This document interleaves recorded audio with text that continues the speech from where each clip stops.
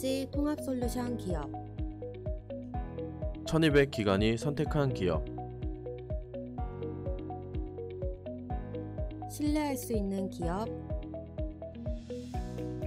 어렵고 복잡한 회계 업무 국회어 위탁 서비스와 함께하세요. 국회어.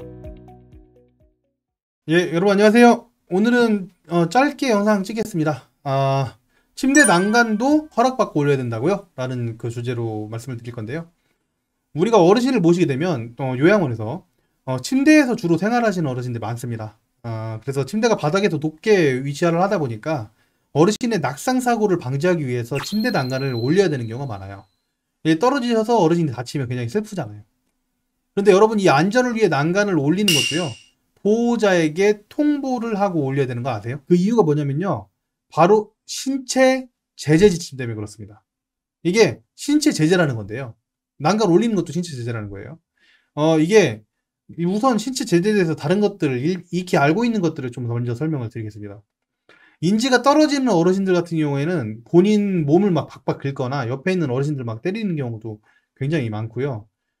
그 경과실 튜브나 아니면 소변줄을 막 뽑으려고 하세요. 인지가 떨어지시니까. 그리고 이런 자해를 한다든지 여러 가지 다칠 수 있는 일들이 생기는데, 이 때문에 기관에서는 어르신 안전을 위해서 보호자에게 통보를 하고 신체 제재를 부득이하게 하는 경우가 있어요. 최대한 안 하려고 노력을 하지만.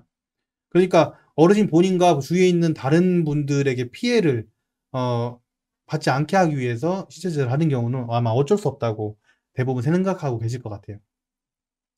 이것을 신체 제재 중에서 절박성이라고 합니다. 절박성.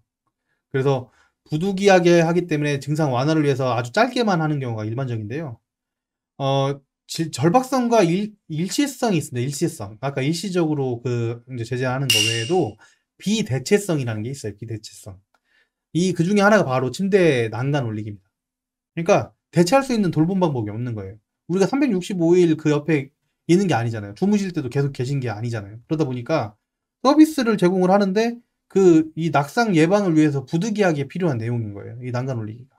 이런 것들이 비슷한 게 뭐가 있냐면, 휠체어에다가 식사를 위해서 식판을 이렇게 이제 끼워서 결국에 본인이 못 푼다고 하면 이것도 신체 제재라고 생각하거든요.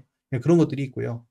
프로그램을 할 때도 이제 이 식판 같은 걸 끼워서 휠체어에 끼워가지고 결국에는 본인이 못 풀면 이것도 신체 제재라고 생각을 해요.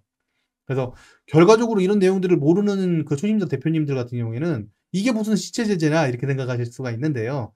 어르신의 서비스 안전을 위해서 하는 신체 제재도 신체 제재이기 때문에 보호자에게 안내를 해드리고 그에 대한 부분들을 충분히 설명을 해드리는 것이 굉장히 중요하고, 어르신이 결과적으로 본인 힘으로 뭔가를 풀지 못한다면 이것은 어르신 신체 자유를 억압하는 것이다라고 알고는 계셔야 된다. 그리고 그에 대한 부분들을 최대한 어떻게 서비스를 안전을 위해서 제공할 수 있을지를 생각해 보셔야 되는 것입니다.